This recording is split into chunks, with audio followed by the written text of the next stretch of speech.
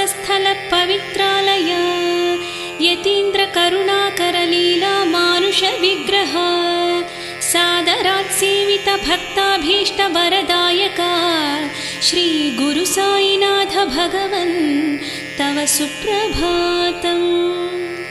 उत्तिष्ठ उदय गीताभियुक्ताः विबुधाः यात्रिकाः परिभ्रमन्ति आलये तव नाम संकीर्तन निरताः सर्वसमय सम्माननपारक सद्गुरो महाराजन् श्री साईनाथ भगवन् तव सुप्रभातम्।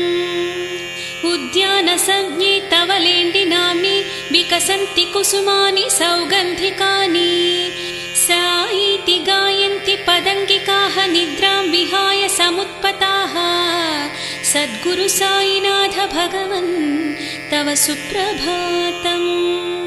प्राच्यामुदीति दिशि दीपशिखेव दिनकरः प्रपन्नाः तव भक्ति नम्राः गृहीतोपकाराः द्वारान्तिके स्थिताः पुष्पफलचन्दनहस्ता सद्गुरु साईनाथ भगवन् तव सुप्रभातम्। गोदावरी तीर्थभरित रजत कुम्भवहिताः आगताः तव दासानुदासा वेदघोषाः गोक्षीरनारीकेल मधुपकार्भिषेक मुदित गुरो श्री साईनाथ भगवन् तव सुप्रभातम्। श्री साई रामेति साईनाथेति साई बाबा गुरुस्वामीति नानाविधमेव त्वां भजन्ति अम्बज भृताः प्रेमपूर्वाः उत्तिष्ठ साईनाथ भगवन् तव सुप्रभातम्।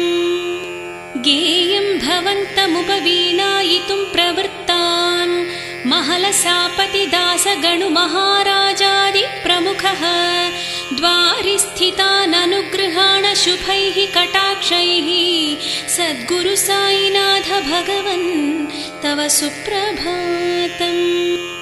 जन्मान्तरस्सुकृतेन किङ्करताखिराज्यं भक्ताः जनाः भुवि भवत्कृपया शरणागताः भोगैः समर्चयितुमीशा भवत्प्रतीक्षाः श्री साईनाथ भगवन् तव सुप्रभातम्। ममाश्रितस्य सुमतेः भयं नास्तीति नूनम् हस्तेन सूचयसि श्री साईनाथ दयातरङ्गः प्रणमन्ति पादुकां ते प्रसीद निज सुखवरदा श्री गुरु साईनाथ भगवन् कुरु सुप्रभातम्। निरन्तर जनाज्ञान विमोचन विचक्ष नारायण कृपपात्र श्री दत्तात्रेयांश संभवा परतत्व प्रबोधक प्रणतार्ति विनाशक गुरु साईनाथ भगवन् कुरु सुप्रभातम्। विश्वोपकारकरणाय कृतावतार वेकुशदास त्यक्तः शरीर आत्मस्वरूप अभयप्रदानव्रत व्यक्ताव्यक्तस्वरूप विनत जनशरण्या सद्गुरु साईनाथ भगवन् कुरु सुप्रभातम्। श्रितनिम्बतरुमूल विश्रान्ति निलया महायोगीश्वर सर्वभारभृत महाबला शृणोसि महागुरो ननु शङ्खघोषम् उत्तिष्ठ जय साईनाथ भगवन् कुरु सुप्रभातम्।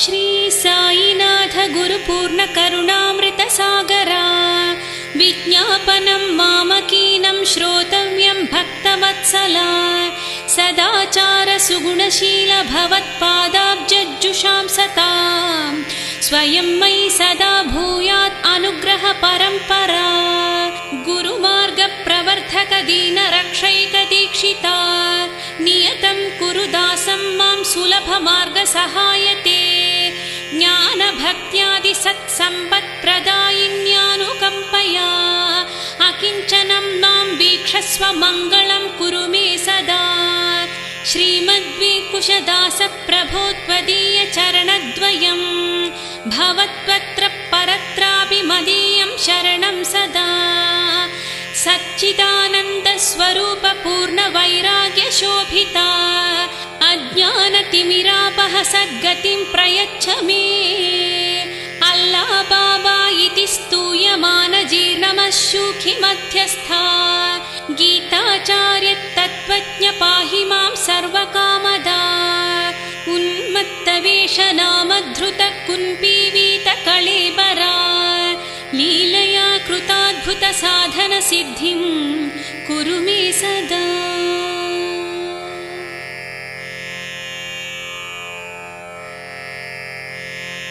श्रीमद्वेङ्कटेश महागुरुपूर्णपादाम्बुज द्वन्द्वत्परागदैवं श्री साईनाथं गुरु सार्वभौमं चेतश्चिरं भावय सौम्यरूपं कुन्ददन्तावली रुचिरस्मितमुखं दयाशीतलं विशाल विशदलोचनं शान्तस्वरूपं निर्मलश्मश्रुशोभितं सदा भावये सद्गुरु साईनाथं ललाटफलके विराजितमलयचन्दनतिलकं सुदीर्घयुगबाहुकं शुभकपोलनासाचिबुकं तुलसीकमलाक्षमालिकालङ्कृतचारुकन्धरं सदा भावये सद्गुरु साईनाथस्वामिनम् अत्यायतोरस्थलदीप्यमानं हृत्पद्मस्तवदामृतं नवारुणांशुकवासितकटीतटं व्रजाघं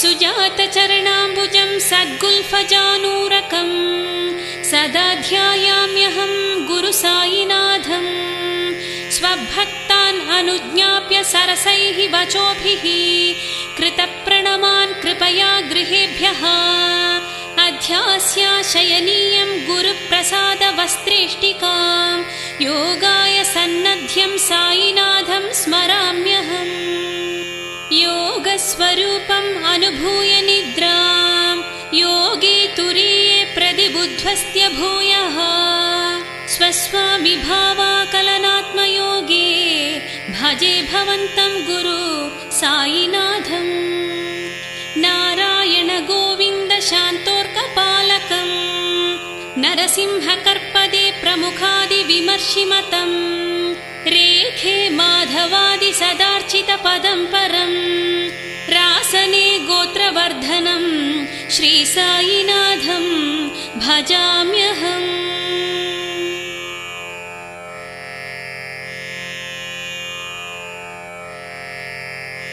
श्रीनाथभक्ताय नतजनार्थिवरदाय श्रीवेङ्कटेशदासाय श्री साईनाथाय मङ्गलम्। पत्रे ग्रामसम्भवाय गुरुपादपरायणाय गोदावरीतीरमाप्ताय श्री साईनाथाय मङ्गलम्। करुणामृतमहाशयाय कबीरांशभूताय गुरो परिपूर्णकृपापात्राय श्री साईनाथाय मङ्गलम्। अविकल्पप्रेमसहायाय शुद्धब्रह्मचारिणे अञ्जनासुततुल्याय श्रीरामभक्ताय मङ्गलम्। स्वधर्ममेव वरमिति लोकानां प्रबोधिताय श्रीदक्षिणामूर्तिस्वरूपाय श्री साईनाथाय मङ्गलम्। सुप्रसादाय शुभेक्षणाय स्वीकृता भक्तरोगाय कल्पितकार्यानुकूलाय श्री साईनाथाय मङ्गलम्। हरिनाम संकीर्तन संतुष्टाय सर्वज्ञाय सदा जपनिष्ठाय श्री साईनाथाय मङ्गलम्। श्रुतिस्मृतीतिहासार्थ संप्रदाय प्रदर्शकाय सदाचार प्रबोधकाय श्री साईनाथाय मङ्गलम्। दक्षिणादानहृष्टाय भस्मदानेन कष्टहरणाय इष्टसिद्धिदायकाय श्री साईनाथाय मङ्गलम्। आश्वीयुजे शुक्लपक्षे श्रवण एकादशी तिथौ महासमाधिलब्धाय श्रीसायिनाथाय मङ्गलम्।